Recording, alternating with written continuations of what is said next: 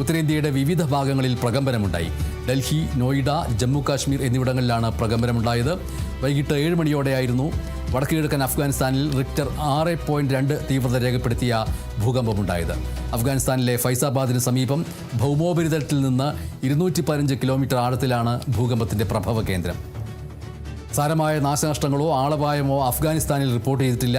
അഫ്ഗാനിസ്ഥാനിലെ ഭൂകമ്പത്തിന്റെ ആഘാതത്തിലുണ്ടായ പ്രകമ്പനങ്ങളാണ് ഡൽഹിയിലും ജമ്മു, ശ്രീനഗർ മേഖലകളിലും അനുഭവപ്പെട്ടത്. ആശങ്കപ്പെടേണ്ട സാഹചര്യമില്ല എന്നാണ് NCS അറിയിച്ചിരിക്കുന്നത്. പാകിസ്ഥാനിൽ ലാഹോർ, ഫൈസലാബാദ്, ഇസ്ലാമാബാദ് എന്നിവിടങ്ങളിലും പ്രകമ്പനങ്ങൾ അനുഭവപ്പെട്ടതായി റിപ്പോർട്ടുകളുണ്ട്.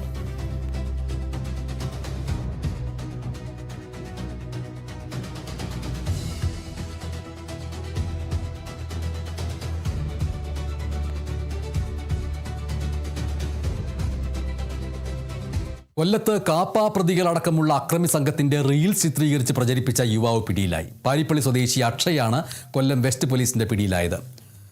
ചൊവ്വാഴ്ചയാണ് പ്രതി തന്റെ ഇൻസ്റ്റഗ്രാം അക്കൗണ്ടിലൂടെ കാപ്പ അടക്കം ചുമത്തപ്പെട്ടിട്ടുള്ള പ്രതികളുടെ വീഡിയോ ചിത്രീകരിച്ചത്.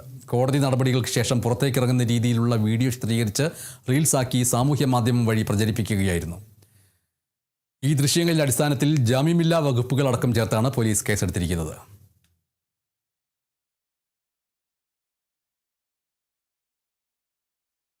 ലഹരിക്കെതിരായ ഓപ്പറേഷൻ തൂഫാൻ പദ്ധതിയുമായി ചേർന്ന് പ്രവർത്തിക്കാൻ ചൈൽഡ് പ്രൊട്ടക്ട് ടീമിന്റെ കണ്ണൂർ ജില്ലാ കൺവെൻഷനിൽ തീരുമാനമായി.